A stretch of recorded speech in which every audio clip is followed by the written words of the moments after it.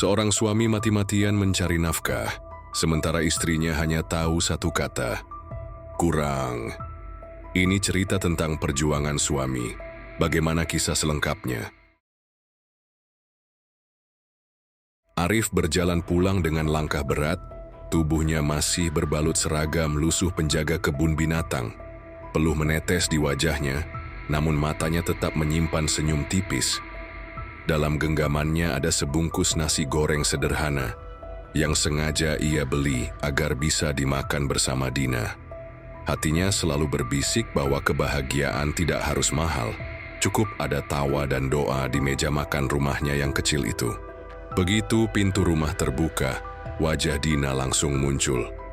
Bukan dengan senyum hangat melainkan tatapan kesal, Arif menyodorkan nasi goreng itu, berharap sekadar ada obrolan ringan sebelum tidur. Namun Dina mendengus, berkata makanan itu tidak ada bedanya dengan malam-malam sebelumnya. Bagi Dina, hidupnya terlalu monoton, terlalu jauh dari standar teman-temannya yang bisa makan di restoran mahal tiap akhir pekan. Arif hanya menunduk, menahan rasa perih di dadanya. Nafkah yang ia serahkan setiap bulan selalu dipertanyakan, dianggap tak cukup untuk gaya hidup modern yang diinginkan istrinya. Padahal Arif sudah bekerja siang malam, bahkan sampai mengambil pekerjaan tambahan sebagai ojol. Ia ingin Dina merasa dicukupi, meski dirinya sering mengorbankan waktu istirahat dan kesehatan. Namun, ucapan syukur tidak pernah keluar dari bibir istrinya itu. Lingkaran pertemanan Dina membuat masalah semakin rumit. Setiap kali Dina berkumpul dengan sahabat-sahabatnya, obrolan selalu seputar tas branded, liburan ke Bali, atau suami yang berpenghasilan 2 digit. Dina pulang membawa rasa iri, lalu meluapkan semua kekecewaannya kepada Arif.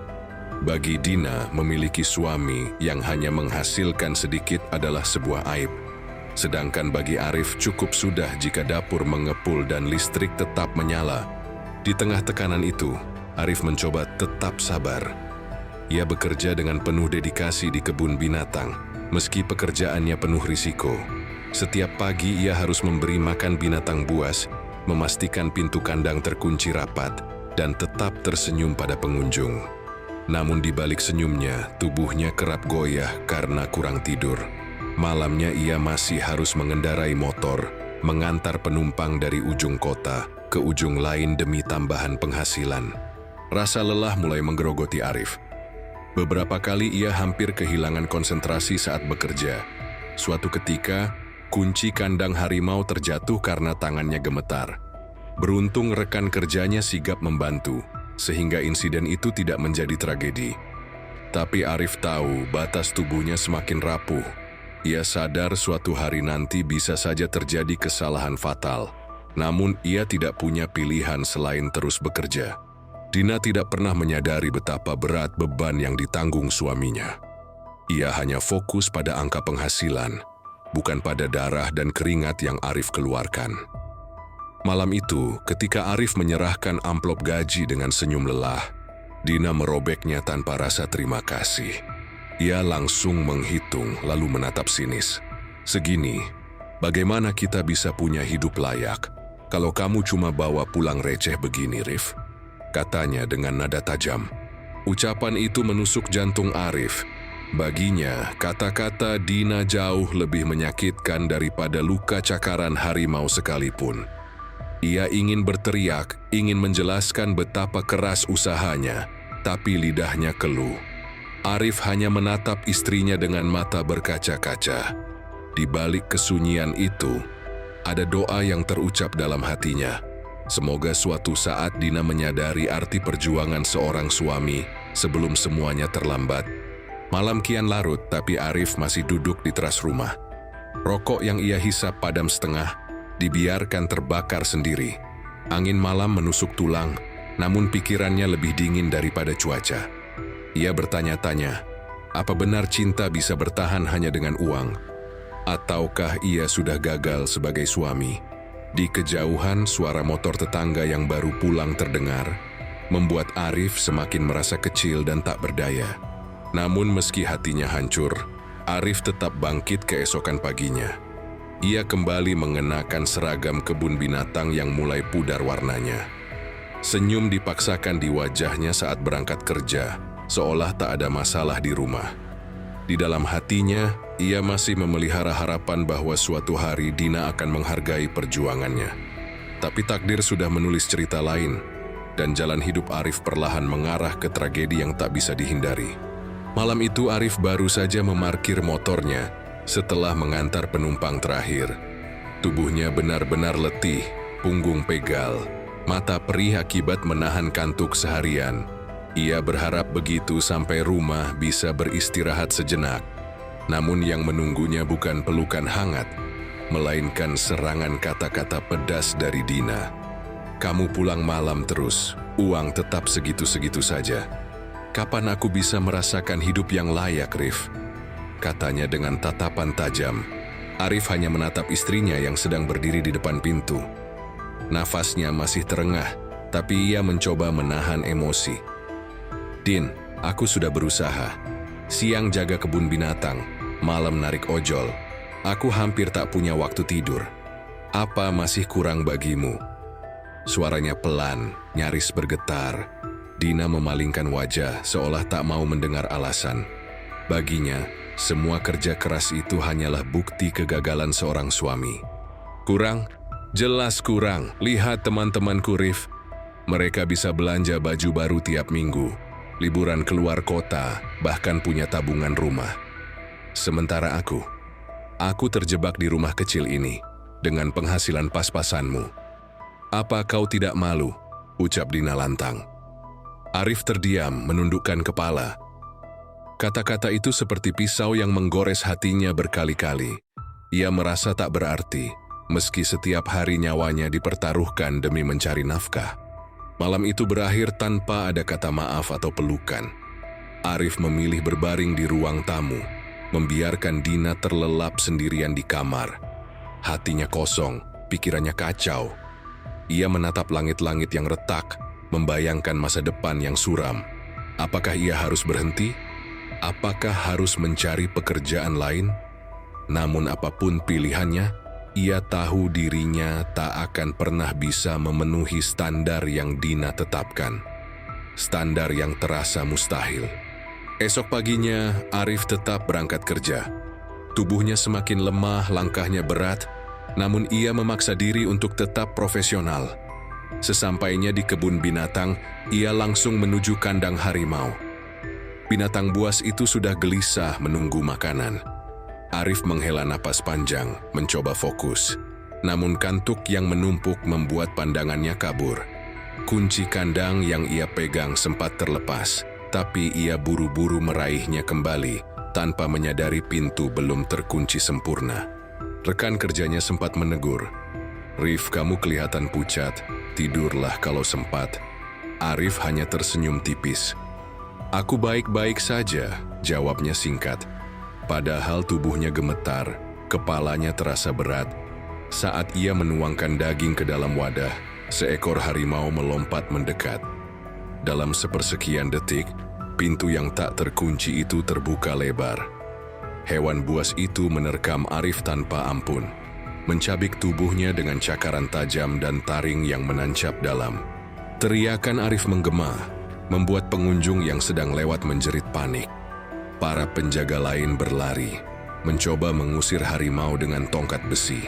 Namun sudah terlambat. Arif terkapar bersimbah darah, matanya menatap kosong ke langit biru yang terbentang di atas. Dalam detik-detik terakhirnya, hanya satu bayangan yang muncul di pikirannya, wajah Dina. Bukan wajah yang tersenyum, melainkan wajah penuh tuntutan yang selalu menghantui setiap langkahnya. Kabar kematian Arif menyebar cepat.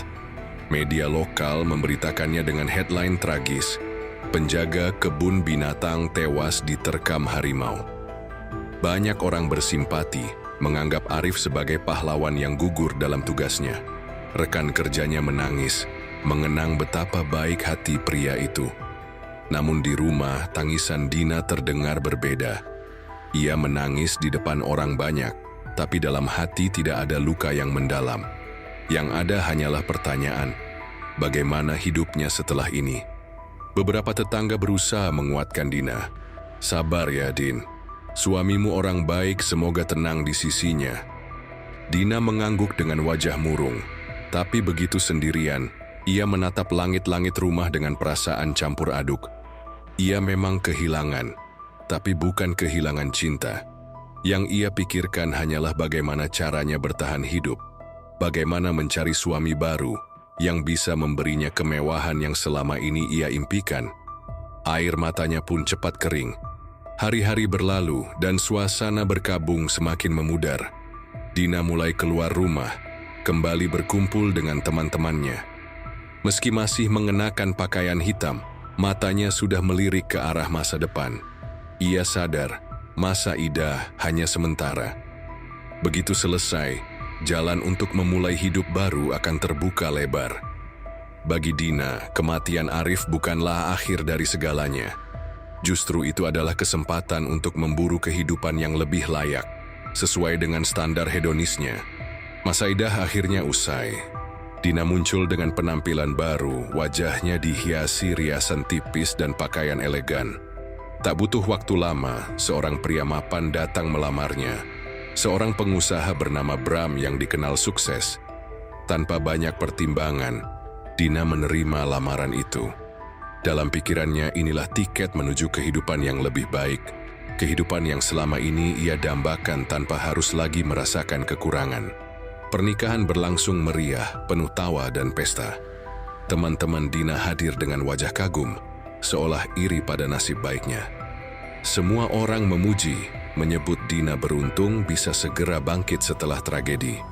Namun di balik sorak-sorai itu, hanya sedikit yang bertanya, apakah benar kebahagiaan bisa dibangun begitu cepat? Di atas puing-puing duka yang belum sepenuhnya kering. Dina tidak peduli. Yang penting ia kini hidup dalam kemewahan. Hari-hari pertama bersama Bram terasa seperti mimpi indah. Rumah besar, mobil mewah, dan uang belanja tanpa batas. Dina menikmati setiap detiknya, mengunggah foto-foto bahagia di media sosial. Ia merasa telah menemukan hidup baru, jauh dari penderitaan bersama Arif. Namun perlahan retakan kecil mulai muncul. Bram bukanlah pria penuh kasih sayang seperti yang Dina bayangkan. Sikapnya dingin, sering sibuk, dan hanya memandang Dina sebagai pelengkap status sosial. Malam-malam yang dulu dipenuhi canda kini berubah menjadi keheningan. Bram lebih sering pulang larut, membawa aroma parfum wanita lain. Dina mulai curiga, tapi setiap kali bertanya, ia hanya mendapat bentakan. "Jangan ikut campur urusanku. Tugasmu hanya diam dan bersyukur." Kata-kata itu menghantam keras, membuat Dina sadar bahwa ia tidak sedang dimanja, melainkan dikendalikan. Namun semua itu tertutup oleh taburan uang dan perhiasan. Ketika Dina mencoba melawan, Bram menunjukkan sisi lain yang lebih menakutkan. Ia tidak segan membanting gelas di depan wajahnya, meninggalkan ancaman halus bahwa Dina hanyalah istri pengganti yang mudah disingkirkan. Dalam hatinya, Dina mulai merasa terjebak. Hidup mewah yang dulu ia kejar kini berubah menjadi sangkar emas. Ia teringat masa lalu, ketika Arif pulang dengan tubuh letih tapi selalu membawa senyum dan perhatian. Suatu malam Dina duduk sendirian di balkon rumah megahnya. Angin dingin menusuk kulit, tapi pikirannya lebih dingin lagi. Ia menatap bulan, lalu tanpa sadar air mata jatuh. Gambar Arif muncul di benaknya, dengan seragam lusuh dan senyum sederhana. Ia teringat nasi goreng bungkus yang dulu sering dibawa Arif. Saat itu ia mengeluh, padahal kini ia rela menukar semua kemewahan hanya untuk bisa merasakan kehangatan sederhana itu kembali. Malam berikutnya, Dina bermimpi. Dalam mimpinya, Arif berdiri di dalam kandang. Tubuhnya penuh luka cakaran, matanya sayu namun penuh ketulusan. "Aku hanya ingin kau bahagia, Din." Suaranya lirih, sebelum sosoknya ditelan kegelapan. Dina terbangun dengan keringat dingin, jantung berdegup kencang. Tangannya meraba tempat tidur, kosong, hanya dirinya sendiri. Bram bahkan tak pernah pulang malam itu. Kesepian menghantam lebih keras daripada kesedihan. Hari-hari setelahnya semakin berat. Dina menyadari bahwa ia hanyalah bayangan dalam hidup Bram, bukan pasangan sejati. Setiap kali melihat cermin, ia merasa asing dengan dirinya sendiri. Dulu ia begitu yakin bahwa uang bisa membeli kebahagiaan. Tapi sekarang ia hanya melihat seorang wanita kosong, terjebak dalam keputusan yang salah. Penyesalan mulai menghantui, membuat setiap tawa palsunya di depan orang lain terasa menyiksa. Tetangga mulai berbisik melihat perubahan Dina. Senyum yang dulu selalu dipamerkan kini jarang muncul. Ia lebih sering termenung di teras rumah megahnya. Tatapannya kosong. Orang-orang bertanya-tanya, mengapa wanita yang seharusnya berbahagia justru tampak layu? Namun Dina tak pernah menjawab. Di dalam hatinya, ia tahu kebenarannya pahit. Ia telah kehilangan cinta sejati yang tak akan pernah kembali, dan menggantinya dengan kesia-siaan yang menyakitkan. Akhir cerita ini tidak menghadirkan kebahagiaan bagi siapapun. Arif berakhir tragis, dikorbankan oleh cintanya yang tak pernah dihargai. Dina berhasil mendapatkan apa yang ia inginkan, tapi kehilangan apa yang paling ia butuhkan. Hidupnya kini penuh harta, namun hatinya hampa. Dan penonton hanya bisa menarik napas panjang, menyadari betapa sering manusia mengejar sesuatu yang salah, hingga akhirnya terlambat untuk kembali.